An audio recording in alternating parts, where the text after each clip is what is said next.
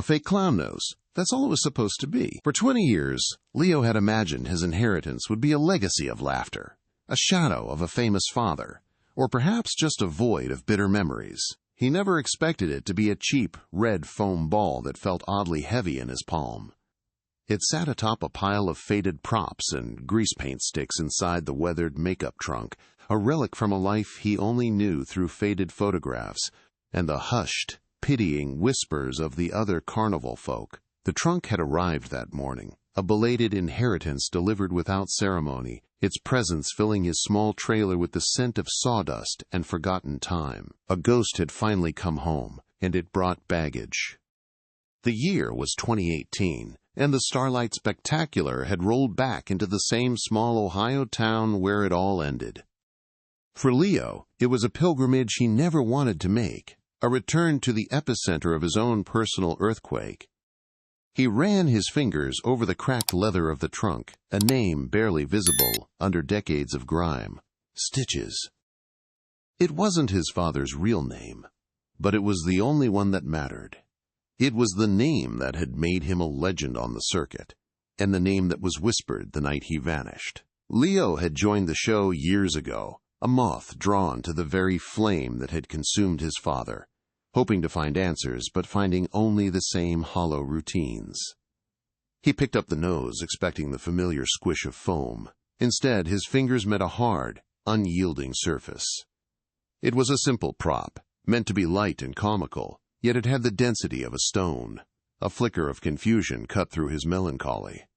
He had worn dozens of these throughout his career. They were disposable, forgettable, but this one felt different. It felt deliberate. He squeezed it again, his knuckles turning white. There was no give. It was as if the laughter it was meant to inspire had solidified into something heavy, something permanent. Something was wrong. This simple piece of his father's costume felt like a secret. Driven by an instinct he couldn't name, Leo pressed his thumbs into the center of the nose, applying pressure until a thin crack appeared along its seam. The plastic shell, painted to look like foam, splintered with a sharp crack that echoed in the quiet trailer. It wasn't foam inside. It was a hollow cavity, a perfectly crafted container disguised as a joke.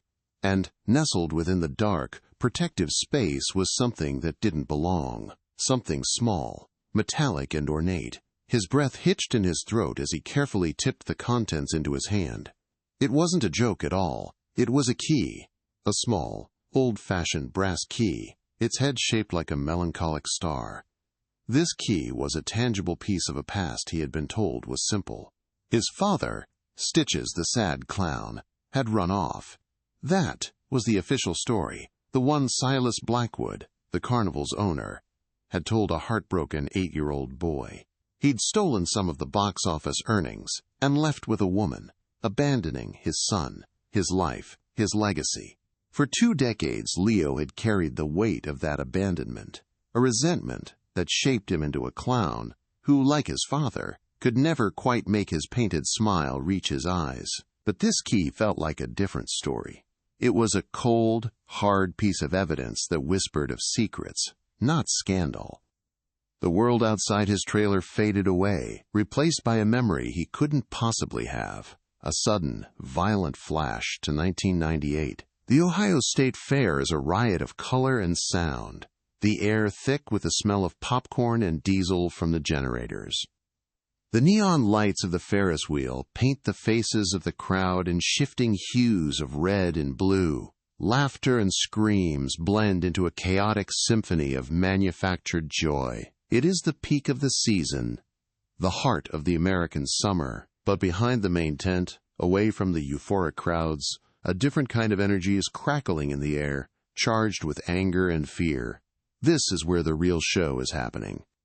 There, illuminated by a single bare bulb, stood Stitches. His face, a canvas of white makeup with a single blue teardrop under his eye, was contorted not with sadness, but with a righteous fury. He was shouting, his voice lost to the din of the midway, but his gestures were sharp, accusatory. His target was Silas Blackwood, the carnival's paternal patriarch, whose usual warm smile was replaced by a mask of cold, calculating rage. Blackwood's hands were clenched into fists at his sides, his body rigid. It wasn't an argument between an employee and his boss. It was a confrontation, a line being drawn in the dirt between two powerful forces. The argument ended abruptly. Stitches turned his back on Blackwood, his shoulders slumped not in defeat, but with the heavy burden of a decision made. He walked away from the glaring light, his oversized shoes silent in the dust, and disappeared into the labyrinth of shadows cast by the rides and game stalls. He didn't look back, not even once. That was the last image, the final scene before the curtain fell on his life. Hours later, he was gone. No note, no witnesses, no trace. Just an official story that felt as fake and hollow as the clown nose now resting in his son's hand. Back in the stale air of his trailer in 2018, Leo stared at the brass key. Its intricate design seemed to mock the simple narrative he had been fed his whole life. This was not a token from a man who had run away. This was a message, a breadcrumb left behind in a trail that had gone cold 20 years ago. The weight of the key in his palm was immense, a tangible link to the father he barely knew, and the mystery that had defined him. The question was no longer one his father had left, but why he had been silenced. And this key, he knew with a certainty that chilled him to the bone, was the first step toward unearthing a truth someone had gone to great lengths to bury. The cold weight of the brass key felt alien in Leo's palm, a stark contrast to the flimsy, hollow shell of the clown nose from which it was born. His fingers, calloused from years of juggling pins and twisting balloon animals, trembled slightly as he traced the intricate design of the melancholic star at its head. The air in the trailer grew thick and still, the scent of sawdust and old grease paint fading into the background. All the noise of the carnival, the distant rumble of the generator, and the tinny melody of the carousel seemed to recede until the only sound was the frantic drumming of his own heart. For 20 years his father's absence had been a formless void, a story told by others. Now it had a shape, it had a weight. It was a key, a solid, undeniable piece of a puzzle he never knew existed. His mind reeled, desperately trying to fit this new hard fact into the soft, worn-out narrative of abandonment he had been fed his entire life. A man who steals the day's earnings and runs off with another woman doesn't meticulously craft a secret compartment inside a prop. He doesn't leave behind a key that feels like a promise. Thieves and cowards travel light. They don't leave behind breadcrumbs. The story Silas Blackwood had told him, the one that had poisoned his childhood and shaped his entire identity, began to crumble like old newsprint. Every pitying glance, every whispered condolence from the carnival folk over the years now felt like a performance, a carefully rehearsed line in a play where he was the only one who didn't know the script. The key wasn't just metal. It was a contradiction. A surge of heat, raw and unfamiliar, flooded his chest. It wasn't the familiar, dull ache of resentment toward his father. It was a hot, sharp anger directed at the lie itself. He glanced around the cramped confines of his trailer, a hand-me-down from another performer, furnished with broken dreams and a sense of perpetual motion. His entire life had been built on this lie. He had joined the Starlight Spectacular not just for a job, but to walk in his father's footsteps, to understand the man who had left him. He'd thought he was chasing a ghost, a coward. But what if he was chasing a hero? What if the man he'd spent 2 decades hating had been silenced for a reason far more complex than a simple, selfish act of betrayal? He brought the key closer to his face, studying it under the dim trailer light. The brass was tarnished with age, but the star shape was deliberate, its points sharp and defined. It was a symbol. Stitches, the sad clown, had worked for the Starlight Spectacular. This key, with its melancholic star, felt like a message written in a language only they could understand.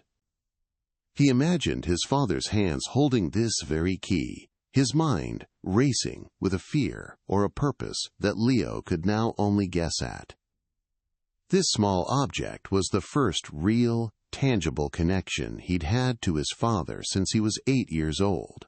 Not a faded photograph or a secondhand story, but something his father had touched, hidden, and intended for someone to find. It was a final, desperate act of communication across a chasm of 20 silent years. His grip tightened, the edges of the key digging into his skin, grounding him in the shocking present. The memory of that last day in 1998, once a blurry watercolor of confusion and loss, came rushing back in sharp, painful detail. He remembered waiting on the steps of his father's trailer, a bag of cotton candy clutched in his small hand, growing stickier as the hours passed and the sun went down. He remembered Silas Blackwood kneeling before him, his large, gentle hands on Leo's shoulders, his voice a low, soothing rumble as he explained that his father was gone. "He had to leave, son. Some people just aren't meant to stay."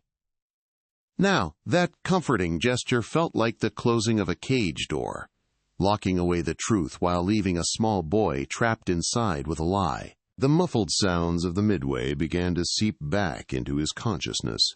No longer a familiar backdrop, but a sinister chorus. The cheerful call of the barker at the ring toss, the shrieks of joy from the tilt-a-whirl, the sentimental waltz of the carousel, it all sounded hollow, a facade designed to distract from the darkness lurking just behind the canvas. For his entire adult life, the carnival had been a refuge, a dysfunctional family that understood the transient nature of his existence. Now it felt like a conspiracy. Every painted smile, every practiced bow, every familiar face could be a mask, hiding what they knew, what they saw, what they had helped bury that night 2 decades ago. The Starlight Spectacular was no longer his home. It was a crime scene. He pushed himself to his feet, the confines of the trailer suddenly feeling suffocating. He paced the worn linoleum floor, the key, a hot ember in his pocket.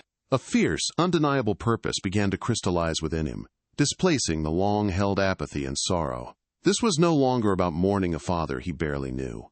It was about finding him. The key was a directive, a silent command from the past. He had to find the lock it opened. He had to uncover the truth, not just for his own peace, but for the memory of the man they had turned into a villain. This was a debt that had been owed for 20 years, and he suddenly felt an overwhelming responsibility to be the one to finally collect it. The chase was on. Leo knelt down again, carefully gathering the splintered red fragments of the clown nose. He examined the clean break, the precision of the hollow cavity inside. This wasn't a rushed job. This was a premeditated act. His father had known something was coming. He had anticipated his own disappearance, and had prepared this time capsule, this single, desperate message to the future. The thought sent a chill down his spine that had nothing to do with the trailer's drafty window. His father wasn't running away from something. He was standing his ground, and he had created a contingency plan. And that plan was him. The weight of that realization was immense, a mantle of responsibility settling over his shoulders. He was not just the abandoned son. He was the designated seeker. The iconic image of his father, the white face, the oversized frown, the single blue teardrop painted beneath his eye, flashed in his mind. He had always interpreted that teardrop as a gimmick, a theatrical flourish to match the sad clown persona. But now he wondered if it was something more. What if the sadness wasn't an act? What if his father had stumbled upon a secret so dark, so heavy, that it permanently stained his spirit? A secret that made him a target. A secret worth killing for. The painted tear was no longer just makeup. It was a confession, a silent scream for help that no one had understood until now. Leo felt a profound, aching connection to that sadness, a shared burden that transcended time.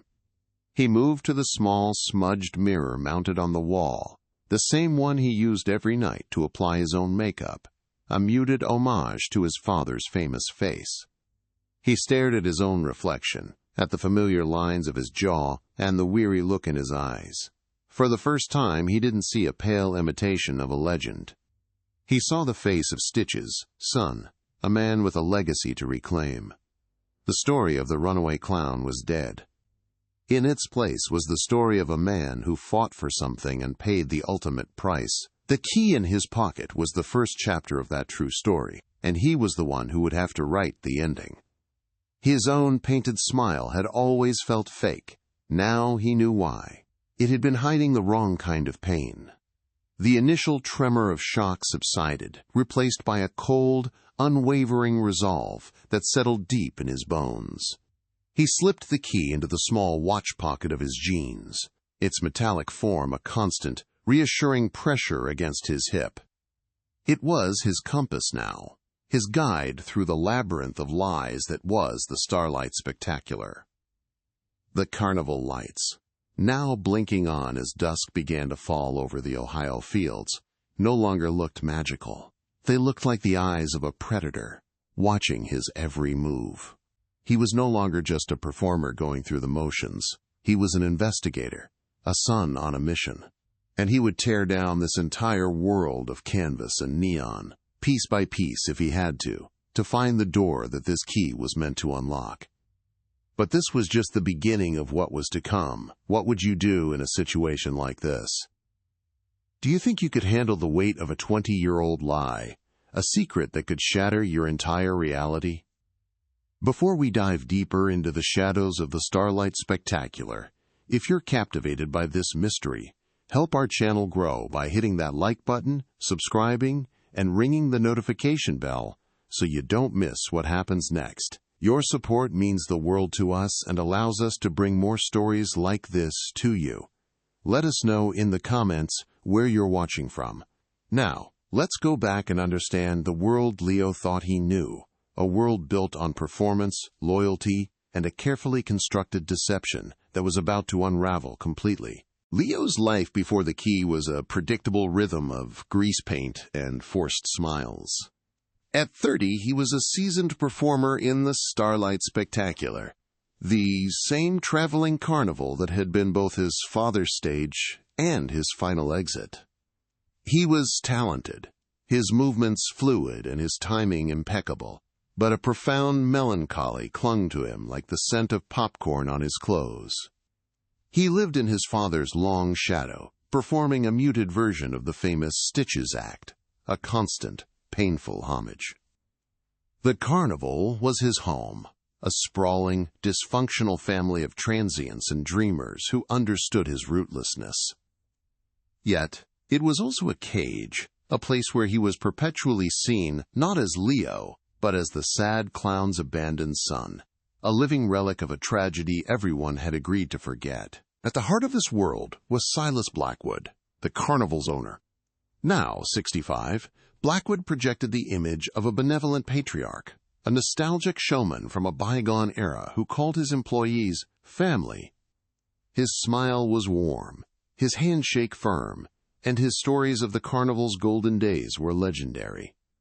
To Leo, he had always been a complicated father figure, the man who had given him a home after Stitches vanished. It was Blackwood who had knelt down and delivered the official story of abandonment with a gentle, sorrowful voice. Beneath this paternal facade, however, lay a core of cold, calculating steel. He ruled the Starlight Spectacular with absolute authority, his kindness, a tool to ensure loyalty, and his nostalgia, a curtain to hide the ruthlessness that kept his empire running smoothly. The Starlight Spectacular itself was a universe of contradictions.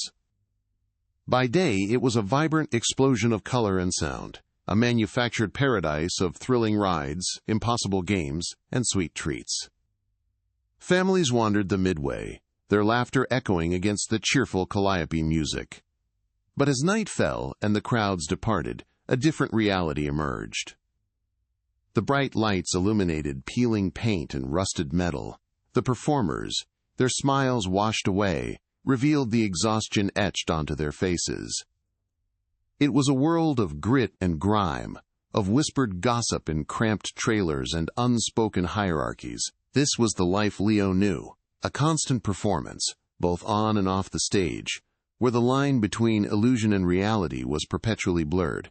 and survival depended on knowing which secrets to keep. 20 years earlier, Stitches had been the undisputed king of this world. He wasn't just a clown, he was an artist. His act blended masterful physical comedy with a deep, resonant pathos that captivated audiences. The single blue teardrop painted beneath his eye was his trademark, a symbol that audiences interpreted as part of his sad clown persona. But those who knew him well, like Madame Esmeralda, understood it was more than a gimmick. It was a reflection of a man who saw the world with a painful clarity. He was charismatic and beloved, but off stage he possessed a fierce integrity and a quiet intensity. He was not a man who suffered fools or injustices gladly, a trait that made him a legend to the crowds, but a liability to the man who ran the show. The dynamic between Stitches and Silas Blackwood had always been a source of tension behind the curtain. Publicly, Blackwood treated Stitches like a prized son, the star attraction that kept the ticket booths busy. He would often boast that he had discovered him, molding him into the legend he became. In private, however, their relationship was a quiet battle of wills. Stitches was one of the few people who wasn't intimidated by Blackwood's authority. He frequently challenged decisions related to performer safety and fair pay, earning him a reputation as a quiet dissident. While Blackwood needed Stitches for his business to thrive, he deeply resented his star's refusal to be just another cog in the machine, creating a friction that simmered just beneath the surface of their professional partnership. Madame Esmeralda, now in her 70s, was the carnival's living memory. Once a dazzling trapeze artist, she now resided in a trailer filled with tarot cards, crystal balls, and the ghosts of the past. She had been Stitches' closest friend, his confidant, the one person he trusted with the worries that fueled the sadness in his act. For 20 years, she had held her tongue, bound by the carnival's code of silence and a paralyzing fear of Blackwood. Her affection for Leo was genuine, but it was always filtered through a thick layer of guilt. She watched him from a distance, her heart aching with the knowledge she possessed, offering him cryptic fortunes that hinted at the truth, but never dared to speak it aloud, making her a gatekeeper to the past he so desperately needed to unlock. The carnival's code of silence was its most powerful and unspoken rule. It was a community built on the principle of mutual protection against the outside world, a world that viewed them with suspicion and scorn. This us-against-them mentality, carefully cultivated by Blackwood, ensured that secrets were kept buried deep within the confines of the Midway. Performers like Zoltan the Magnificent, Stitches, bitter professional rival, knew fragments of the truth but understood the value of silence. Loyalty was paramount, and betrayal was unthinkable, not just out of a sense of family, but out of a very real fear of the consequences. This insular environment was the perfect place to hide a crime, transforming a close-knit community into a collective of silent witnesses, each complicit in the lie. The return to that small Ohio town in 2018 was, for most, just another dot on the map, another week of setting up and tearing down. But for the veterans who remembered 1998, the air was thick with an unspoken dread. It was a pilgrimage to a graveyard, a place haunted by the ghost of their brightest star. For Silas Blackwood, it was a test of his control, a deliberate return to the scene of his greatest secret, to prove that the past had no power over him. And for Leo, though he didn't know it yet, it was destiny. He was being drawn back to the epicenter of his life's defining trauma, to the exact patch of dirt where his father's story had ended, and his own search for the truth was finally about to begin. The town of Ohio in 1998 was the peak of the season, a high point from which the Starlight Spectacular would fall. Back then, the carnival was a brighter, more vibrant beast. The paint was fresh, the lights were dazzling, and the crowds were immense, drawn by the magnetic pull of its star attraction. Stitches was more than a performer. He was the carnival's soul. His act was a nightly event, a pilgrimage for families who came to witness his unique blend of hilarious pratfalls and heart-wrenching pathos. Young Leo, just 8 years old, saw his father not as a sad clown, but as a magician who could conjure laughter and tears from thin air. The world of the Midway was his playground, a kingdom of wonders where his father reigned as the kindest, most beloved of kings. This idyllic memory, however, was a fragile illusion, a beautiful glass house about to be shattered by the storm that was brewing just behind the curtain. The relationship between Stitches and Zoltan the Magnificent was a microcosm of the carnival's internal politics. While Stitches commanded respect through pure artistry, Zoltan craved it through spectacle and illusion. His act was a flurry of smoke bombs, disappearing assistants, and cheap but effective tricks. He was a showman, not an artist, and he seethed with a professional jealousy that bordered on hatred. He saw Stitches' quiet integrity as arrogance, and his popularity as an unearned gift. Zoltan was a man who watched from the wings, cataloging every perceived slight, every cheer from the crowd that wasn't for him. He was observant and opportunistic, a man who understood that knowledge was power in this closed-off world. He saw fragments of the conflict between Stitches and Blackwood, filing them away for a time when they might prove useful, his silence bought not by loyalty, but by a cold, calculated sense of self-preservation. On the periphery of this insular world was Detective Miller, then a young, ambitious cop with the local police department. In 1998, the Ohio State Fair was a jurisdictional headache, a temporary city of transients that brought with it a predictable spike in petty crime. When the missing person report for Stitches, real name Arthur Finch, landed on his desk, it felt different. Miller was immediately struck by the strange lack of panic from the carnival's management. Silas Blackwood presented a story that was almost too neat, a tidy narrative of theft and betrayal. But it was the wall of silence from the other performers that truly raised Miller's suspicions. Their testimonies were rehearsed, their eyes evasive. He felt the presence of a secret, a collective lie held together by fear, but without a body or a cooperating witness. His investigation hit a dead end, leaving a file that would haunt his conscience for the next 20 years. The night Stitches vanished, the air was thick with more than just the smell of popcorn and diesel. An unspoken tension crackled through the performers' area. Stitches had been agitated all day, his usual pre-show calm replaced by a coiled, restless energy. He was seen in a hushed, intense conversation with a young woman, a seasonal worker with a haunted look in her eyes, whose face would later be immortalized in the photograph Leo would find. She was clearly distressed, and Stitches was protective, his body language that of a shield against an unseen threat.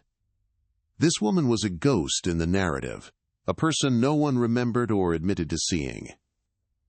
Her fear was a prelude to the argument that would follow, the spark that would ignite the long-simmering conflict between the carnival's star and its master, a confrontation that would end with one man disappearing into the night forever. The official story, as crafted by Silas Blackwood, was a masterpiece of misdirection. Within hours of Stitch's disappearance, Blackwood gathered his family and delivered the news with a performance of feigned sorrow and disappointment. Stitches, he explained, had a dark side. He had stolen the weekend's box office earnings, a sum reported to be around $10,000, and abandoned his son to run off with a woman. The story was simple, believable, and it played on the outside world's prejudices about carnival folk. It also served as a powerful warning to everyone within the Starlight Spectacular. This is what happens to those who betray the family. The lie was reinforced by a few key people, like Zoltan, who offered vague confirmations of Stitch's erratic behavior, cementing a narrative that protected the real secret and ensured the case would be closed with minimal fuss. For 20 years, that lie festered, shaping the lives of everyone involved. Leo grew up believing he was the son of a coward and a thief, a wound that never truly healed. His decision to join the carnival was a self-destructive act of remembrance, an attempt to understand the man who had abandoned him by literally walking in his oversized shoes.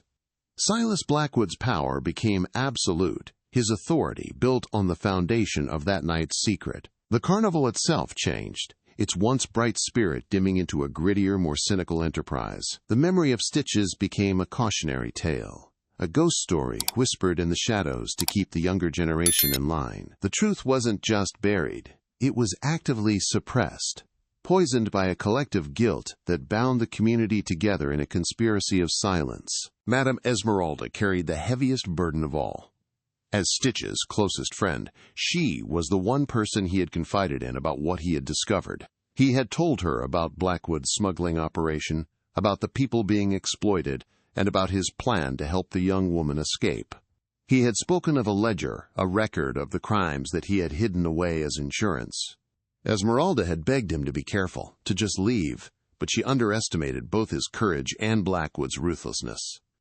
After his disappearance, her fear was so profound it became a physical ailment, silencing her for 2 decades. Her guilt over not speaking up, over allowing Leo to believe the lie, manifested in her cryptic tarot readings, her desperate, veiled attempts to guide him toward a truth she was too terrified to voice herself.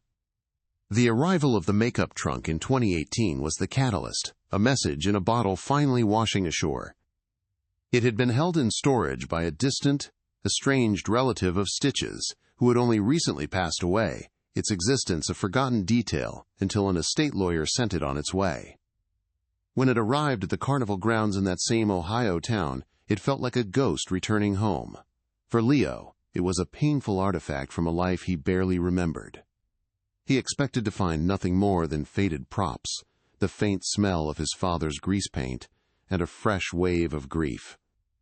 He had no idea that he was about to hold a key, not just to a long-forgotten safe deposit box, but to the truth of his entire life, a truth that had been waiting patiently in the dark for 20 years to finally be brought into the light. The brass key was a constant, solid presence in Leo's pocket, its sharp edges a perpetual reminder of his new, terrifying purpose. For days he walked a tightrope of feigned normalcy, applying his makeup, performing his routines, and smiling at the crowds, all while his mind raced. Where did this key belong? It was old, ornate, and spoke of a time before digital locks and plastic cards. It belonged to something permanent, something that could withstand the transient nature of carnival life. The melancholic star was his only guide. He began his search in the small Ohio town, the last place his father had set foot on solid ground. He walked the quiet streets, studying the architecture of old buildings, searching for a symbol that matched the one he held in his hand, feeling like a detective in a story whose beginning he was only just starting to understand. His search initially led him down a series of dead ends. He visited old locksmiths whose owners had long since retired, their shops replaced by vape stores and cafes. He browsed dusty pawn shops, hoping for a clue among forgotten treasures. Each no was a small defeat, chipping away at his resolve. The carnival folk watched him with a mixture of pity and suspicion. His quiet obsession was making him an outcast. It was during a moment of near surrender, while sitting on a bench in the town square, that he saw it. Carved into the cornerstone of the old, abandoned train station across the street was the same melancholic star, weathered by a century of rain and neglect.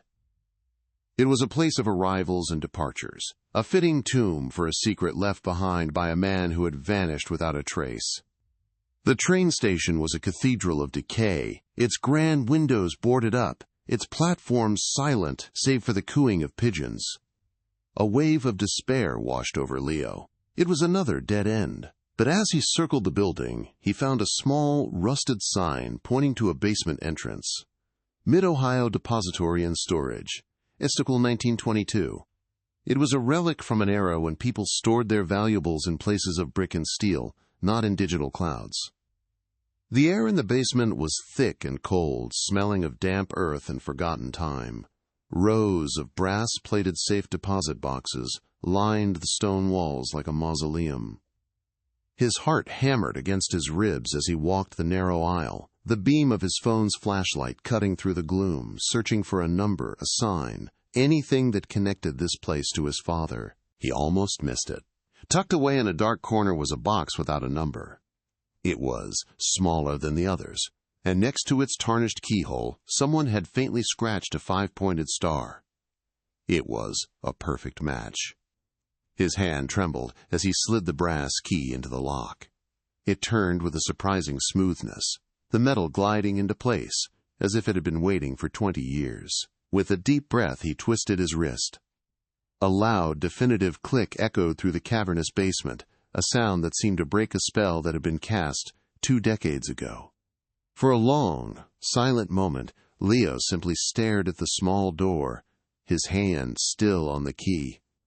Everything he thought he knew about his father, his life, and his own identity was about to change. The truth was just an inch away. With a final surge of resolve, he pulled the small metal door open. The interior was lined with faded red velvet, a stark contrast to the cold, industrial exterior. There was no stack of cash, no precious jewels, nothing that would explain a man stealing $10,000 from the box office. Instead, the box held only 2 items, placed with deliberate care. The first was a slim, leather-bound ledger, the kind an accountant might use. The second was a single, black-and-white photograph, its edges softened with time. A cold dread washed over him. This wasn't a thief's emergency fund. This was something far more dangerous. This was an archive, a meticulously preserved collection of evidence. This was his father's insurance policy, a dead man's switch left for someone to find. He had found it. He reached for the photograph first, his fingers tracing the ghost of his father's image. It showed stitches, not in his clown makeup, but as Arthur Finch, his face a mask of grim concern. His arm was wrapped protectively around a young woman whose haunted eyes stared directly into the camera lens, capturing a moment of pure, undiluted terror. She was clinging to his father, her knuckles white, seeking refuge from a threat that lay just outside the frame. The faded logo of the Starlight Spectacular was visible on a tent flap behind them. This was not the face of a lover in a whirlwind romance. This was the face of a victim, and his father was her protector. In that instant, the lie Silas Blackwood had so carefully constructed crumbled into dust, replaced by a much darker and more violent reality. Setting the photo aside, he opened the ledger. The pages were filled with his father's familiar, elegant script, a stark contrast to the grim nature of its contents. It was not a journal of thoughts or feelings, but a cold, factual record. Columns detailed dates, cities, and names, followed by cryptic sequences of numbers and letters. He recognized the names of port towns the Carnival frequented, places in Louisiana, Florida, and Texas. He didn't understand the codes, but the implication was terrifyingly clear. This was a logbook detailing an illegal operation, a systematic record of smuggling hidden beneath the cheerful facade of the traveling show. His father hadn't been a simple performer. He had become a secret archivist, a man documenting a vast criminal conspiracy from within its very heart, using the only weapon he had, the truth. Leo carefully placed the ledger and the photograph back in the box and closed the heavy door, the click of the lock sealing his old life away forever. He now held a truth far heavier than the simple grief of an abandoned son. His father was not a coward. He was a hero who had discovered something monstrous and tried to fight it. The argument with Blackwood wasn't about money. It was about this woman, about this ledger, about the soul of the carnival itself. Stitches, the sad clown, had been silenced not for what he stole, but for what he knew. Sitting in the cold, dusty silence, Leo felt the full weight of his inheritance. It wasn't a trunk of old props, but a mission. He had the key, and now he had the evidence. The next step was to find someone who would help him use it. Clutching the ledger and photograph, Leo emerged from the abandoned train station, blinking against the late afternoon sun. The world felt dangerously altered, the familiar sounds of the small Ohio town now seeming sharp and hostile. Every passing car, every distant shout from a child playing, felt like a potential threat. The weight of the leather-bound book in his backpack was immense, not just in pounds, but in the sheer gravity of the truth it contained. It was a time bomb, and he was the one carrying it. He walked quickly, his head down, paranoia, a cold sweat on his neck. He was no longer just a performer in a traveling show. He was a witness, the sole heir to a secret that had already claimed one life, his father's life.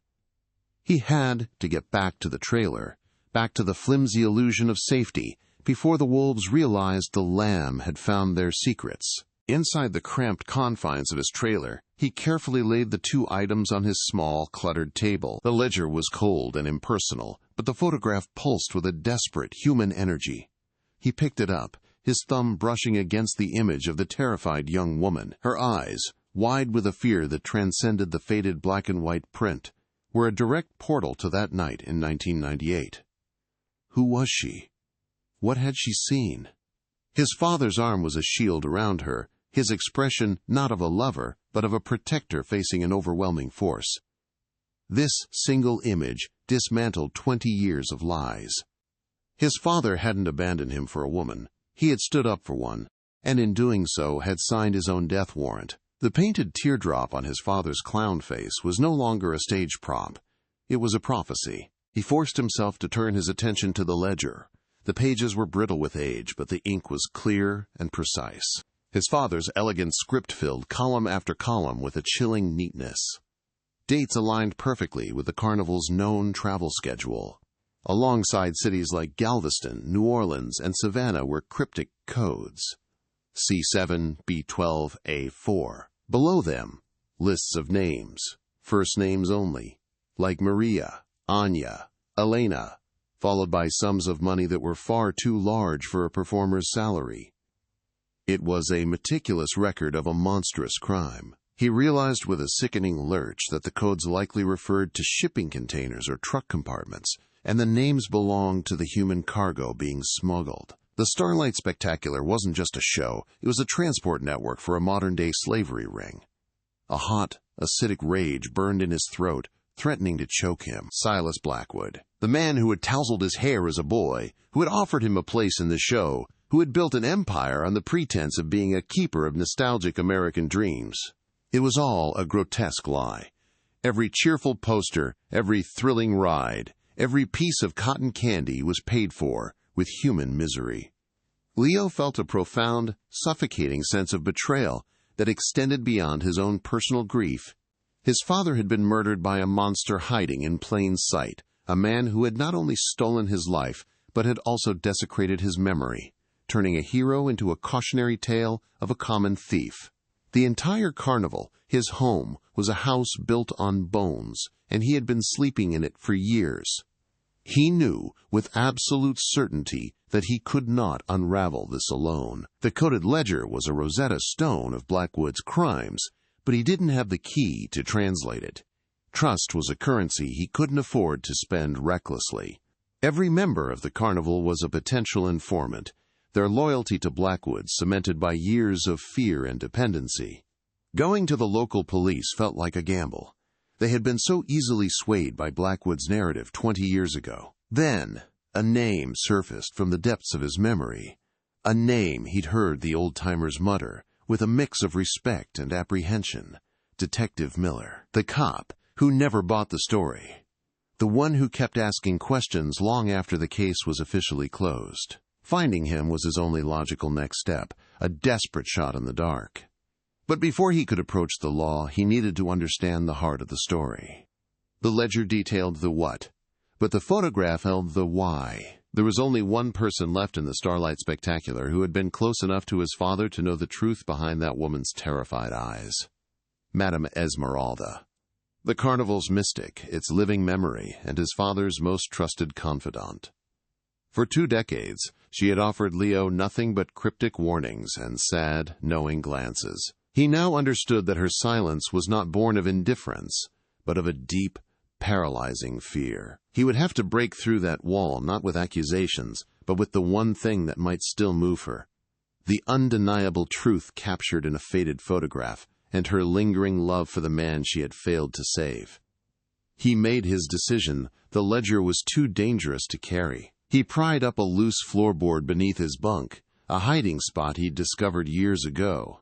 and wrapped the book in an old oilcloth before placing it in the dark space below. It felt safer there, buried in the belly of the beast. He kept the photograph, slipping it into the inner pocket of his jacket, where it rested against his heart. As he stood, he caught his reflection in the smudged mirror. The weary, sad-eyed man who had stared back at him that morning was gone. In his place was someone else, someone with a glint of steel in his eyes, a man whose grief had finally calcined into purpose. He was no longer just his father's son, he was his father's avenger. Stepping out of his trailer, the familiar sounds and smells of the Midway assaulted his senses. The cheerful music of the carousel felt like a funeral dirge, and the bright, flashing lights seemed to mock the darkness he now carried. Every smiling face in the crowd was a potential spy, every shadow a hiding place for an enemy. He walked with a new, deliberate stride toward the beaded curtain of Madame Esmeralda's trailer, the epicenter of the carnival's history and its secrets.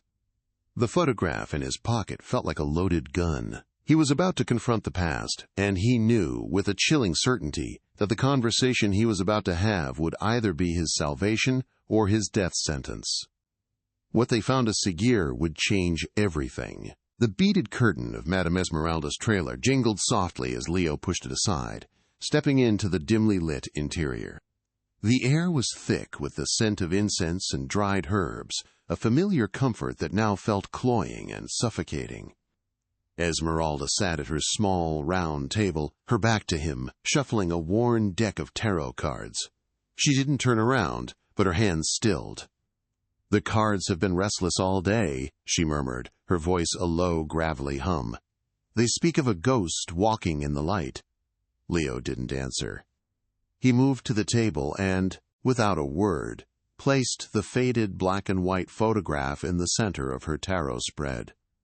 The image of his father, his arm a protective shield around the terrified young woman, lay starkly against the colorful illustrations of the hanged man and the tower, a relic of a real tragedy intruding upon a world of manufactured fate. Esmeralda's breath hitched, a sharp, ragged sound that cut through the silence. For a long moment she simply stared at the photograph, her carefully constructed mystic persona crumbling like sun-baked clay.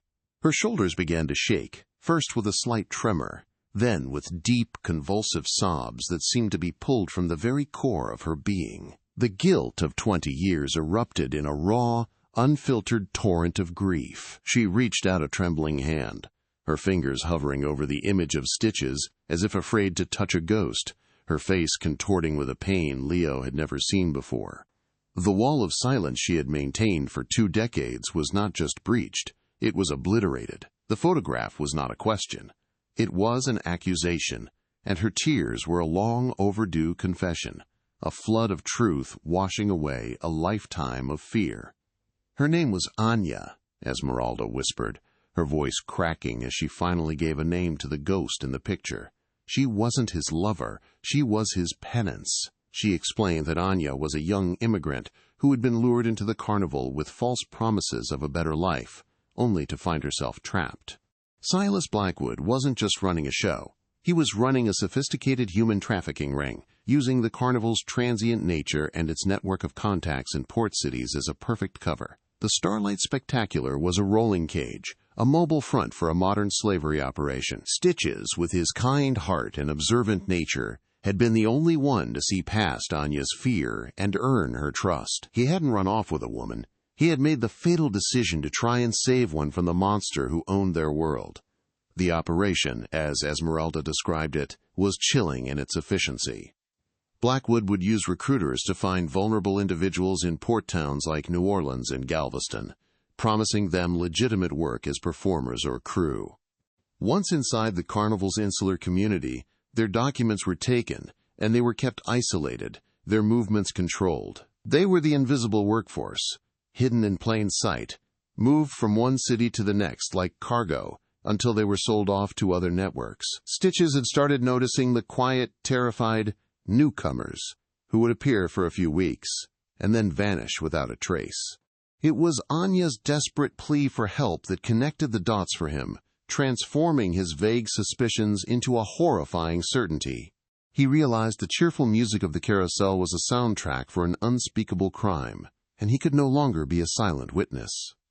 His plan had been desperate and brave. Stitches began meticulously documenting everything he saw, compiling the coded ledger as irrefutable proof of Blackwood's crimes. He intended to take it to the authorities in the next major city, using it as leverage to secure Anya's freedom and bring Blackwood's empire crashing down. The argument that Leo had witnessed as a child, the one Blackwood had twisted into a story about stolen money, was Stitch's final, fatal confrontation. He had gone to Blackwood not to argue, but to deliver an ultimatum: let Anya go, or he would expose the entire operation. He had underestimated the depths of Blackwood's depravity and the violence he would use to protect his secrets. It was a declaration of war, and Stitches had brought a book of truth to a gunfight. After Stitches disappeared, Blackwood paid a visit to Esmeralda's trailer. The memory made her shudder, even now. He didn't shout or threaten. He simply sat where Leo was sitting now, his eyes cold and devoid of their usual paternal warmth, and spoke of the importance of family and loyalty. He told her that Stitches had betrayed that loyalty, and that loose ends have a way of getting tied up. The message was unmistakable. Her silence was not just requested. It was demanded, purchased with the implicit threat of sharing Stitches' fate. Overwhelmed by terror for her own life and for the now orphaned Leo, she had locked the truth away, allowing it to fester into a guilt that had poisoned her for 20 long years. "He will kill you, Leo," she warned, her eyes wide with a fresh wave of fear. "You have no idea what he's capable of." Armed with the horrifying truth, Leo knew his next move had to be outside the carnival's corrupt world. He retreated to the anonymity of a small-town library and searched for the one name that represented a glimmer of hope: Detective Miller. He found a listing for a retired police officer with the same name and dialed the number with a trembling hand. Miller's voice was gruff, weathered by years of cynicism. He was initially dismissive, clearly tired of amateur sleuths and conspiracy theories about the old runaway clown case. But Leo's tone was different. It wasn't frantic, but cold and determined. When he said the words coded ledger and mentioned a trafficked girl named Anya, the skepticism on the other end of the line evaporated, replaced by a sharp, professional silence. A 20-year-old instinct, long dormant, had just been jolted awake. They met at a roadside diner 30 miles from the carnival grounds, a neutral space reeking of stale coffee and disinfectant. Leo slid a manila envelope across the sticky vinyl tabletop.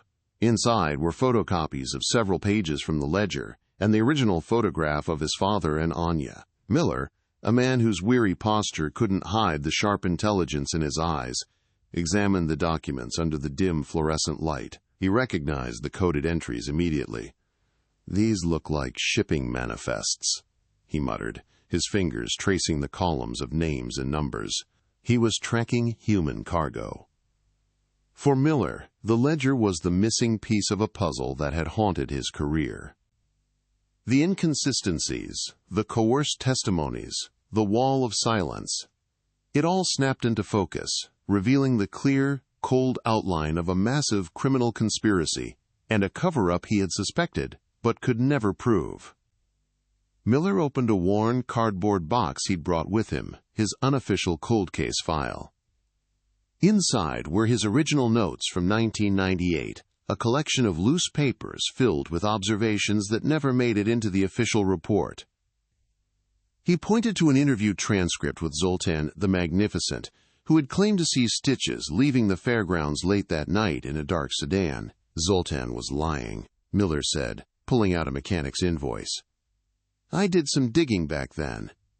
Blackwood's personal sedan was in a repair shop 30 miles away that entire week. The timing was off. The details were wrong. The whole story was a carefully constructed lie, and everyone was in on it." He confirmed that the official investigation had been systematically obstructed, steered away from the truth by Blackwood's influence and the carnival's impenetrable code of silence. The drive back to the carnival was a blur. The confirmation of his father's murder, the sheer scale of Blackwood's evil, and the complicity of the community he once called home swirled in his mind. As he turned onto the dark, unlit road leading to the fairgrounds, he felt a strange, jarring vibration through the steering wheel. The truck began to pull sharply to the left. He slammed on the brakes, but it was too late. With a sickening screech of metal, the front left tire sheared off its bolts and flew into the darkness. The truck fishtailed wildly, careening off the road and crashing into a drainage ditch with a violent impact that threw him against the windshield. Dazed and bruised, he stumbled out of the wreckage, his heart pounding not from the crash but from the chilling realization of what it meant. Standing on the side of the road, the smell of gasoline and hot metal hanging in the air, Leo stared at the crippled truck. The lug nuts hadn't just come loose. They had been deliberately unscrewed, a simple act of sabotage designed to look like an accident. This was Blackwood's second warning, far louder and more brutal than the one he had given Esmeralda 20 years ago. The message was clear. I know you're digging. Stop now, or the next time, you won't walk away. The fear was a cold, sharp blade in his gut, but something else rose to meet it, a blazing, incandescent rage. They had murdered his father, turned him into a villain, and now they were trying to do the same to him. The search for the past was officially over. This was now a fight for the future, a war declared in the silent, menacing darkness of a lonely Ohio road. The adrenaline of the crash subsided, leaving behind a cold, crystalline fury. Leo stood in the dark, the mangled steel of his truck, a testament to Blackwood's warning, and felt, not fear, but a profound, chilling clarity. This was no longer a search for a ghost from the past. It was a war against a monster in the present. He pulled out his phone, his fingers steady, and called the one person who stood outside Blackwood's kingdom of fear. When Detective Miller answered, his voice thick with sleep, Leo didn't waste time with pleasantries. "He knows," Leo said, his voice flat and hard. "He tried to kill me." The silence on the other end of the line was heavy, pregnant with the understanding that the case had just crossed a critical threshold. They weren't just investigating a 20-year-old disappearance anymore. They were actively engaged with a murderer who was still willing to kill to protect his secrets. For Miller, Leo's call was the final, brutal confirmation he needed. A sabotaged truck wasn't the act of a man covering up a past mistake. It was the calculated move of a criminal enterprise protecting its ongoing operations. The theoretical danger had become terrifyingly real. "Stay put.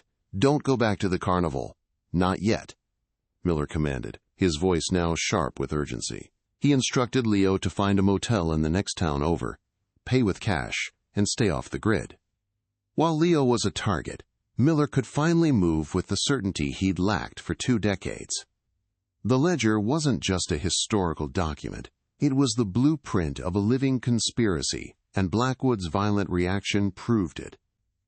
Miller now knew he wasn't just seeking justice for a dead clown. He was racing to dismantle an active trafficking ring before its kingpin eliminated the only witness who could bring it down. Working from his cluttered home office, Miller threw himself into the ledger with renewed intensity. The cryptic codes that had been a puzzle were now a roadmap.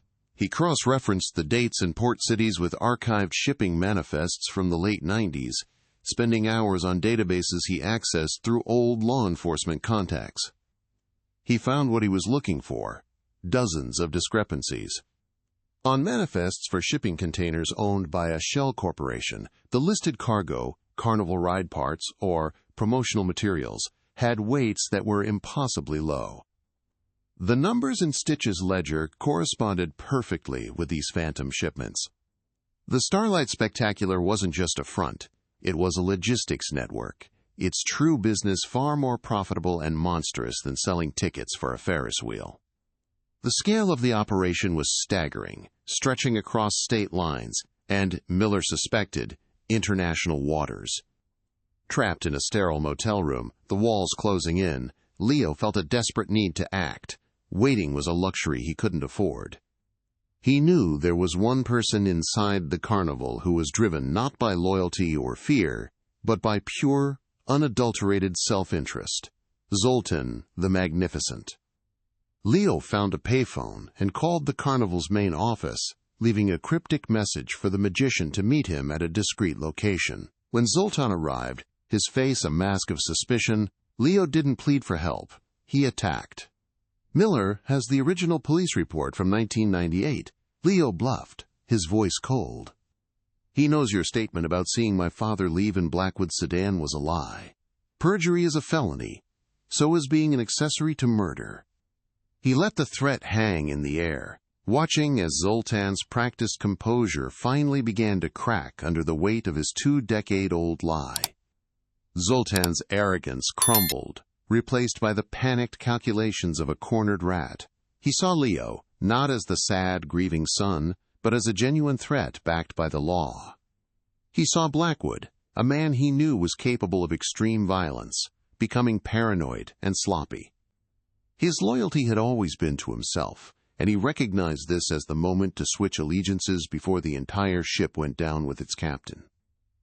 "I didn't see anything that mattered," he stammered, before correcting himself under Leo's unwavering stare. "Not exactly. It was late. I saw Blackwood with 2 of his heavies, guys who handle security, near the old River of Souls ride. It was closed for repairs that week. They were carrying something heavy, wrapped in a canvas tent tarp. Blackwood told me to keep my mouth shut if I valued my job. He wouldn't say more, but he didn't have to. He had just given Leo a potential gravesite. The River of Souls, the name itself sent a chill down Leo's spine. He relayed the information to Miller, who immediately began digging through municipal archives. The Dark Ride, a cheap and rickety horror show, had been a staple of the Starlight Spectacular for decades, before it was decommissioned and sold for scrap in 2002. Miller found the original fairground blueprints from 1998. The ride's foundation wasn't just a simple concrete slab. It was a deep, reinforced basin designed to hold the water for the ride's river.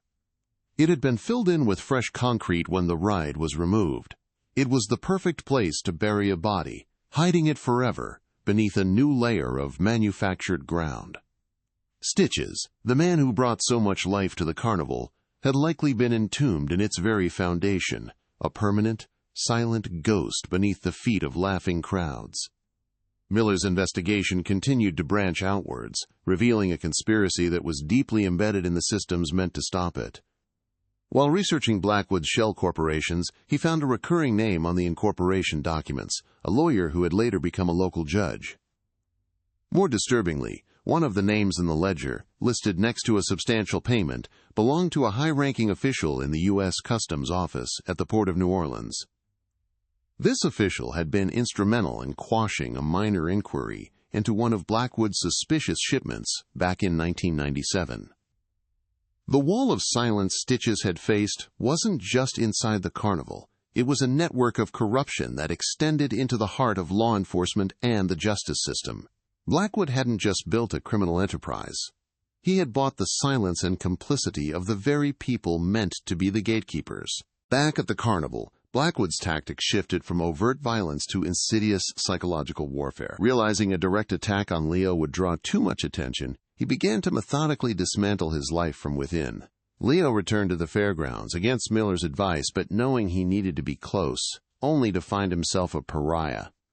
His trailer was broken into, but nothing was stolen. It was a message of violation. During his act, a crucial prop, one of his father's original juggling pins, went missing, causing him to fail a trick in front of a live audience. The other performers, people he had known his entire life, now avoided his gaze, their fear of Blackwood a tangible force that left him utterly and completely alone. The carnival, once a dysfunctional home, had become a prison where every shadow held a threat and every friendly face was a potential informant. The human cost of Blackwood's empire became tragically clear when Miller unearthed another ghost. Following a hunch, he searched missing person databases from the port cities listed in the ledger. In Galveston, Texas, he found a report filed in October 1998, just weeks after Stitches vanished. A young woman, an immigrant from Eastern Europe named Anya Petrova, had disappeared. Her roommate reported that she had taken a short-term job with a traveling carnival and had become increasingly terrified, speaking of wanting to escape. The report matched the woman in the photograph perfectly. The case had been closed within a month, citing, quote, insufficient leads. Anya had been swallowed whole. her existence erased by a system that Blackwood had expertly learned to manipulate. She wasn't just a victim, she was the catalyst, the woman whose life Stitches had died trying to save. As the net tightened, Blackwood, for the first time in 20 years, began to show signs of panic. Miller, leveraging a discreet contact within the Treasury Department, put a flag on Blackwood's known financial accounts. The trap was sprung. Within days, Blackwood attempted to liquidate a significant portion of his assets, transferring nearly $2 million to a clandestine bank in the Cayman Islands. It was a fatal mistake. The account number matched a cryptic notation Stitches had made on the final page of his ledger, labeled simply "Escape Route." His father hadn't just been documenting the crimes. He had been tracking Blackwood's exit strategy. The panicked transfer was a confession in dollars and cents, the desperate act of a king who knew his castle was about to be stormed and was trying to secure his golden parachute. The path forward was now illuminated with a terrible, stark clarity. Leo and Miller had everything they needed to build a comprehensive case. The ledger as a record of the trafficking operation, the financial trail proving Blackwood's guilt, the witness testimony from Zoltan, and the motive of a brutal cover-up. The conspiracy was exposed, the corruption mapped, but to ensure Blackwood could never escape justice, they needed the one piece of evidence that could not be refuted, the one thing that would speak for the man who had been silenced for 2 decades. They needed the body. The investigation had transformed into a final, grim mission: to excavate the fairgrounds and unearth the remains of Stitches, the sad clown, bringing his story out of the dark earth and into the light of day. The first light of dawn was a cold, gray knife cutting through the Ohio mist, revealing the skeletal silhouettes of the dormant carnival rides. The Starlight Spectacular was silent for the first time in Leo's memory, its usual cacophony of music and laughter replaced by the guttural roar of a backhoe and the grim, quiet efficiency of Detective Miller's forensic team. Leo stood at the edge of the cordoned-off area, the damp air seeping into his bones, his breath pluming in front of him. He watched as the machine's heavy steel bucket bit into the cracked asphalt where the River of Souls had once stood, a place of cheap thrills now designated as a potential tomb. Each scoop of earth felt like a physical blow, a violation of the ground that had held his father's secret for 2 decades. This was the end of the line, a final, brutal excavation of memory and soil. Across the muddy pit, Silas Blackwood stood flanked by a sharp-suited lawyer, his face an unreadable mask of paternal concern. He had positioned himself as a cooperative victim of circumstance, a man shocked that such a tragedy could have happened within his family. But his eyes, cold and sharp as chips of flint, were locked on Leo. They betrayed the fury simmering just beneath the surface, a silent, venomous rage directed at the son who had refused to let the ghost rest. It was a war waged in glances, a final confrontation without words. The air crackled with the unspoken history between them, the feigned kindness, the years of lies, the brutal truth now being clawed from the earth. Every rumble of the machinery was a drumbeat in their silent battle, counting down to a final, unavoidable verdict. Leo's hand tightened around the worn juggling pin in his pocket, its familiar weight a desperate anchor in the swirling vortex of his emotions. He felt a nauseating mix of dread and vindication, a desperate hope that they would find nothing, and an equally desperate need for them to find everything. The carnival, his lifelong home and prison, seemed to mock him from the periphery. The Ferris wheel stood against the bruised sky like a giant, unblinking eye, a silent witness to the desecration below. He could almost hear the ghosts of laughter on the wind, the echoes of a life built on a lie. He wasn't just digging for a body, he was digging for his own past, for the truth of the man whose legacy was either heroism or cowardice, buried just a few feet beneath his own. A sharp clang of metal on metal shattered the tense rhythm of the dig. The backhoe operator cut the engine, and a heavy silence descended upon the fairgrounds. A collective breath was held. Miller moved forward, his expression tight. After a few tense moments of digging with hand shovels, an officer pulled a rusted, twisted piece of metal from the mud. It was just a fragment of the old ride's track, a meaningless relic. A small, almost imperceptible smirk touched Blackwood's lips, a flicker of triumphant relief. The tension, which had momentarily dissipated, snapped back tauter than before. The lawyer whispered something to Blackwood, who nodded, his composure restored. For a moment, it seemed the earth would keep its secret, that this final, desperate gamble would fail, leaving Leo with nothing but a desecrated memory. The air grew thick with the cloying smell of diesel fumes and damp, upturned earth. The methodical scrape of the bucket against the soil was a maddening, relentless sound, each pass revealing nothing but more dirt and rock. From the windows of the surrounding trailers, the faces of the other carnival folk appeared like pale, silent apparitions. They watched with a mixture of fear and morbid curiosity, their loyalty to Blackwood warring with the undeniable gravity of the scene unfolding before them. They were the silent chorus to this tragedy, their complicity hanging in the air as thick as the morning fog. Leo felt their eyes on him, their gazes a heavy weight. He was tearing down their world, exposing the rot at its foundation, and he knew they would never forgive him for it, no matter what the dirt revealed. Hours crawled by, the gray morning bleeding into a pale, watery afternoon. Just as a weary resignation began to settle over the scene, the backhoe operator shouted, his voice sharp and urgent. He killed the engine, pointing a gloved finger into the pit. "There," he called out, "something soft." Instantly, the atmosphere shifted. Miller and the forensic team swarmed the edge of the hole, their movements precise and controlled. The mechanical brute force was over. Now came the delicate work. Leo's heart hammered against his ribs, a frantic, trapped bird. He moved closer to the yellow tape, his knuckles white as he gripped it. Down in the pit, partially obscured by loose soil, was the unmistakable shape of a large bundle wrapped in thick, dark canvas, the color of dried blood. The forensic team descended into the pit with shovels and brushes, their work slow and reverent, like archaeologists uncovering a sacred artifact. They carefully cleared the dirt away from the canvas shroud, revealing its full form. It was oblong, roughly 6 feet long, and bound with what looked like thick, rotted rope. The canvas was stiff with age and moisture, stained a deep, mottled brown. As they worked, a faint, sweetish odor of decay began to rise from the pit, a smell that clung to the back of the throat. It was the smell of forgotten things, of a life interrupted and left to decompose in the dark. The ghost was no longer an abstraction. It was a physical presence, its grim reality poisoning the very air they breathed.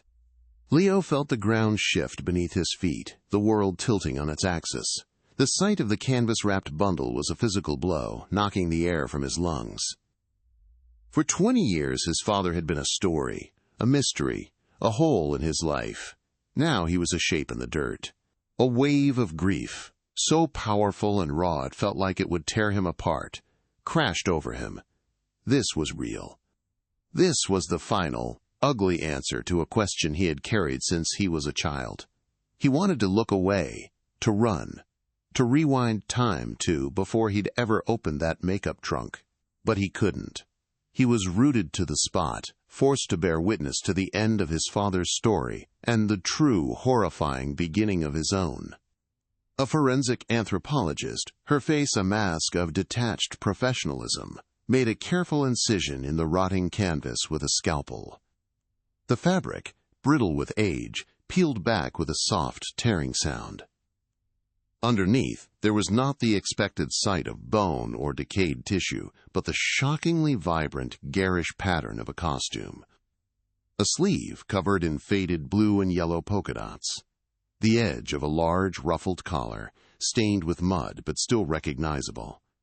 It was his father's clown suit. The iconic costume, a symbol of laughter and joy for thousands, was now a funeral shroud. The juxtaposition was grotesque, a surreal nightmare brought into the harsh light of day. The sad clown had been buried in his smile, a final, cruel joke orchestrated by his killer. As the teen gently brushed more dirt away from the chest area, a small object, caked in mud, was revealed. One of the technicians carefully lifted it and cleaned it with a soft cloth. A flicker of silver glinted in the pale afternoon sun. It was a locket, tarnished and dented, but intact. Leo gasped, a ragged, tearing sound. He knew that locket. He had given it to his father for his birthday, a cheap prize he'd won at a ring toss game. He remembered placing his own school picture inside it. With painstaking care, the technician pried it open. There, protected under a cracked piece of plastic, was the faded, smiling face of an 8-year-old boy. It was the final, irrefutable proof. Arthur Stitches Finch had been found. Across the pit, the last vestiges of Silas Blackwood's control evaporated. The mask of the benevolent patriarch dissolved, revealing the raw, primal fury of a cornered animal. His face, which had been a carefully controlled blank, contorted into a snarl of pure, undiluted hatred. His eyes met Leo's, and in that moment, 20 years of deception were incinerated. There was no denial, no remorse, only the venomous rage of a king whose empire had been brought down by the ghost of a jester. He took an involuntary step backward, his body betraying the panic his mind could no longer suppress. The truth was out of the ground, and it was pointing directly at him. With a quiet, almost imperceptible nod from Miller, 2 uniformed officers detached themselves from the perimeter and moved toward Blackwood. Their approach was calm, methodical, their presence a stark symbol of the order that was finally being imposed on the carnival's lawless world. Blackwood didn't run. He didn't speak. He simply watched them come, his eyes still fixed on Leo. The sharp, metallic click of the handcuffs snapping shut around his wrists was the loudest sound Leo had ever heard. It echoed across the silent fairgrounds, a definitive, punctuating end to a reign of terror. The patriarch, the showman, the murderer, was finally in chains, his kingdom of canvas and shadows crumbling around him. Leo stood frozen, watching them lead Blackwood away. He felt no surge of triumph, no satisfying release of vengeance. There was only a vast, hollow ache in the center of his chest. He had the truth he had so desperately sought, but it was a mangled, horrifying thing. He looked from the man in handcuffs to the open grave, at the pathetic, mud-stained costume that was the last remnant of his father. He had avenged Stitches, but he couldn't save him. He had exposed a monster, but he couldn't erase the 20 years of pain. He slowly pulled the juggling pin from his pocket. It felt cold and heavy in his hand. The weight of his father's legacy was finally his to carry, not as a shadow, but as a choice. The show was over. Now he had to figure out how to live after the curtain fell. The trial of Silas Blackwood was a media spectacle, a grim circus that replaced the one he had so carefully constructed. Stripped of his paternal charm and folksy persona, he was revealed to be a cold, calculating monster. The coded ledger, meticulously deciphered by federal investigators, became the prosecution's unassailable centerpiece. It was his own meticulous record-keeping, born of arrogance, that ultimately condemned him. The pages, filled with his father's elegant script, were read aloud in court, each entry a nail in Blackwood's coffin. He was found guilty on all counts: murder in the first degree, racketeering, and multiple charges related to human trafficking. The judge, showing no mercy, sentenced him to life in prison without the possibility of parole, ensuring that the ringmaster of the Starlight Spectacular would spend the rest of his days in a cage of his own making, his empire of canvas and crime reduced to nothing more than a cautionary tale. The ledger's impact rippled far beyond the confines of the carnival grounds, triggering a sprawling federal investigation that dismantled Blackwood's network of corruption piece by piece. The corrupt judge, the customs official in New Orleans, and a dozen other co-conspirators were indicted, their careers and reputations incinerated by the light of a truth that had been buried for 2 decades.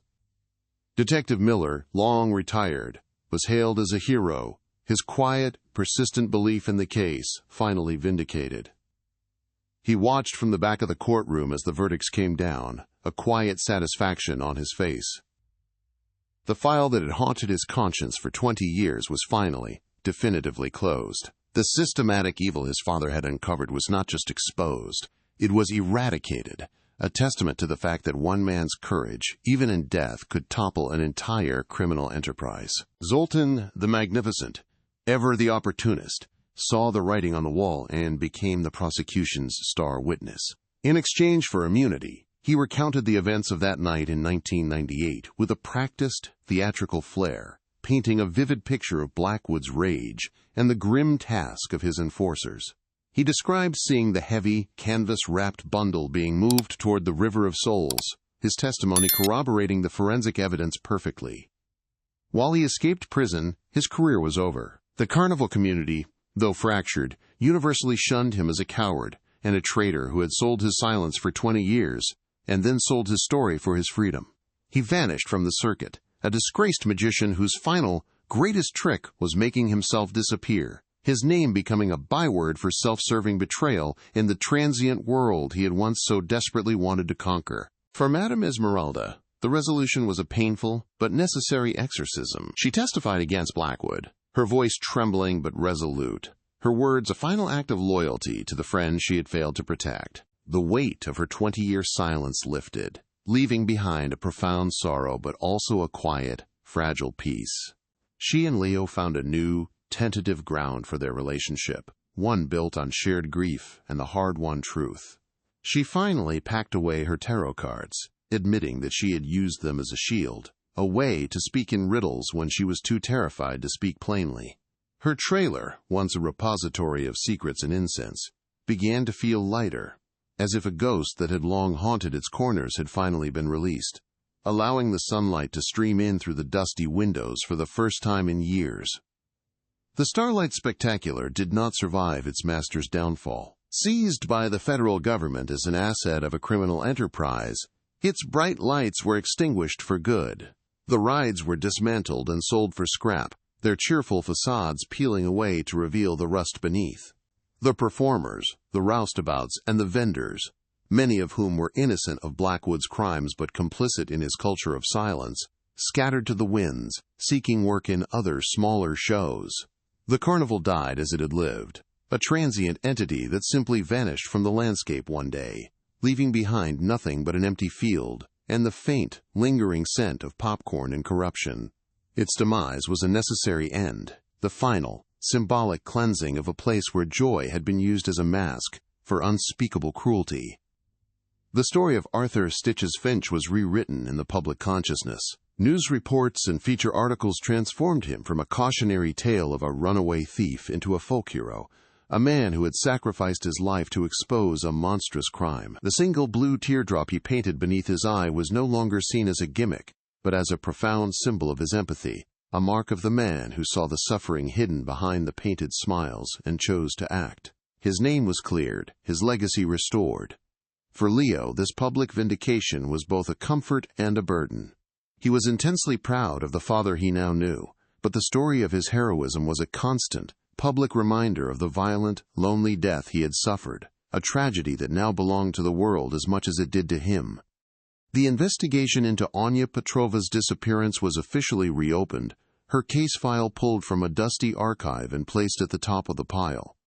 While Blackwood refused to speak of her, other testimonies from his trial painted a grim picture of her fate, suggesting she was one of the many loose ends he had tied up in the weeks following Stitch's murder. Though her body was never found, she was no longer a nameless ghost in a faded photograph. She was given her name back, her story told, her memory honored as the catalyst who inspired an ordinary man to an act of extraordinary courage. For Leo, ensuring Anya was remembered was a crucial part of honoring his father's sacrifice. Justice for her remained incomplete, a somber reminder that even in victory, some wounds are too deep to ever fully heal. In the quiet aftermath, Leo arranged a proper funeral for his father. He chose a simple wooden casket and a gravesite on a peaceful, sun-dappled hill overlooking the Ohio town where his story had both ended and been reborn. The service was small, attended only by Leo, a remorseful Esmeralda, and a respectful Detective Miller. There were no clowns, no calliope music, just the quiet dignity that Arthur Finch had been denied in death. As he shoveled the first handful of dirt onto the casket, Leo felt the finality of his quest. He was no longer chasing a ghost or solving a mystery. He was burying his father. The act was a release, a moment of pure, unadulterated grief that washed away the last vestiges of anger and confusion, leaving only the quiet, profound ache of a son saying goodbye. With the truth revealed and justice served, Leo found himself adrift in a new, unfamiliar reality. His entire identity had been shaped by the lie of his father's abandonment and the subsequent obsession with finding the truth. Now, with those pillars gone, he had to discover who he was without them. He was no longer the sad clown's abandoned son. He was the son of a hero, a man who had inherited a legacy not of shame, but of fierce, unwavering integrity. For the first time, he was free to choose his own path, a prospect that was both liberating and terrifying. The oversized shoes he had struggled to fill were finally put away, leaving him to figure out how to walk on his own 2 feet in a world no longer defined by the shadows of the big top. His partnership with Detective Miller concluded with a quiet handshake at a roadside coffee shop. Miller, having received a commendation for his work, was finally able to enjoy his retirement, the ghost of his one unsolved case laid to rest. He saw in Leo not a victim but a survivor, a man forged into something stronger by the fires of his past. "Your father would be proud of you, son," Miller said, his voice gruff with unexpressed emotion. "You didn't just find him, you gave him a voice." The words were a benediction, a final passing of the torch. Miller had been the keeper of the case's memory, but Leo was now the keeper of his father's legacy, a responsibility he finally felt ready to carry with honor rather than resentment. Leo packed his few belongings, leaving the dilapidated carnival trailer behind without a second glance. As he sorted through the last of his father's props, he found the small, dented silver locket. He opened it, looking at the faded school picture of himself as a smiling, carefree 8-year-old boy. He carefully removed the old photo and replaced it with a small, folded clipping from a newspaper, an article detailing his father's bravery. He then placed his own childhood picture back on top of it, sandwiching the boy he was between the 2 truths of the man his father had been. He snapped the locket shut and hung it around his neck, the cool metal a constant, reassuring weight against his chest, a private memorial to the love that had started it all and the courage that had finished it. He drove away from Ohio, leaving the ghosts of the Starlight Spectacular behind him for good. He didn't know where he was going, but for the first time in his life he felt like he was moving forward instead of in circles. The art of being a clown, the craft of making people laugh while hiding his own pain, was something he understood deeply. He realized his father's true legacy wasn't the painted teardrop, but the smile he brought to others despite the sadness he carried. Leo decided he would not abandon that legacy. He would continue to perform, but on his own terms, no longer as an homage to a ghost, but as a tribute to a hero, finding his own way to bring light into a world he now knew could hold so much darkness. His new act was different. He kept the name Stitches, but his painted smile now reached his eyes. He shed the overt sadness of his father's persona and replaced it with a quiet, resilient joy. In his performance, he blended comedy with storytelling, subtly weaving in themes of truth and courage. He performed not in grand carnivals, but in community centers, hospitals, and schools, seeking out audiences that needed laughter the most. He was no longer living in his father's shadow. He was standing in his light, having transformed his inheritance of pain and mystery into a new legacy of hope, healing, and the simple, profound power of a genuine smile. The sad clown was gone, and in his place stood a man who had finally found his own reason to be happy. In the end, the story of Stitches the Sad Clown was never truly about a murder mystery. It was about the stories we tell ourselves to survive. For 20 years, Leo had lived with a narrative of abandonment, a simple, cruel tale that shaped his every move. Silas Blackwood had thrived on a story of benevolent leadership, a facade that hid a monstrous reality.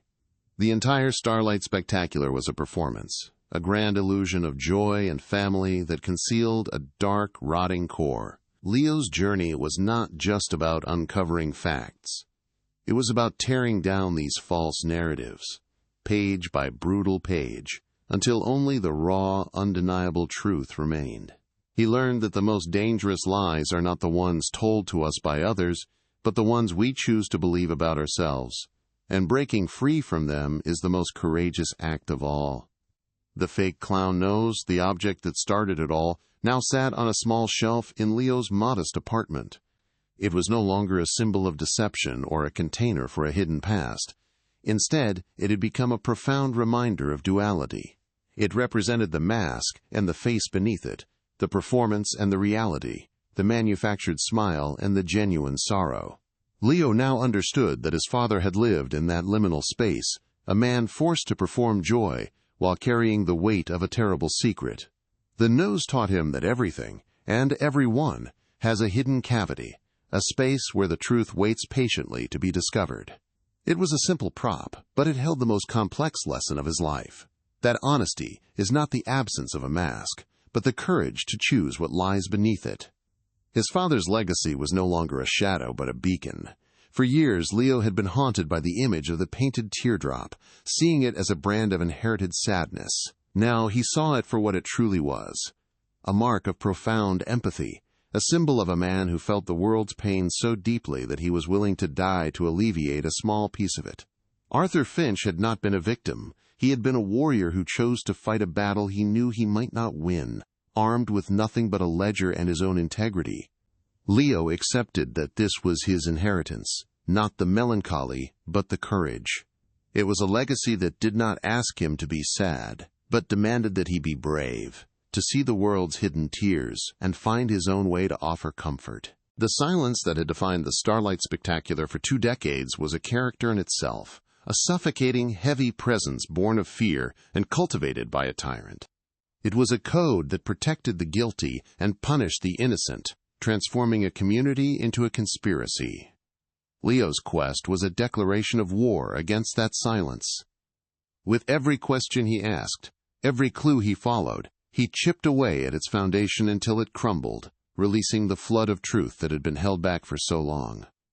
His victory was not just in putting a murderer behind bars, it was in giving a voice back to the silenced, to his father, to Anya Petrova, and to all the other nameless souls who had been swallowed by Blackwood's darkness. He proved that no secret is absolute and no silence is eternal when one person dares to speak. The concept of home, once so intrinsically linked to the dusty lots and rumbling generators of the carnival, had been redefined. The Starlight Spectacular had been a cage disguised as a sanctuary, its sense of family a tool of control. By dismantling it, Leo had made himself homeless, an orphan all over again. Yet, in the quiet aftermath, he discovered that home was not a place you inhabit, but a purpose you carry. His new home was built not on canvas and steel, but on the foundation of his father's memory and the mission to create genuine joy in a world that often fakes it. He was a traveler once more, but this time he was not running in circles. He was moving forward, his purpose, his compass, his integrity, his only permanent address, finally at peace with his own transient nature.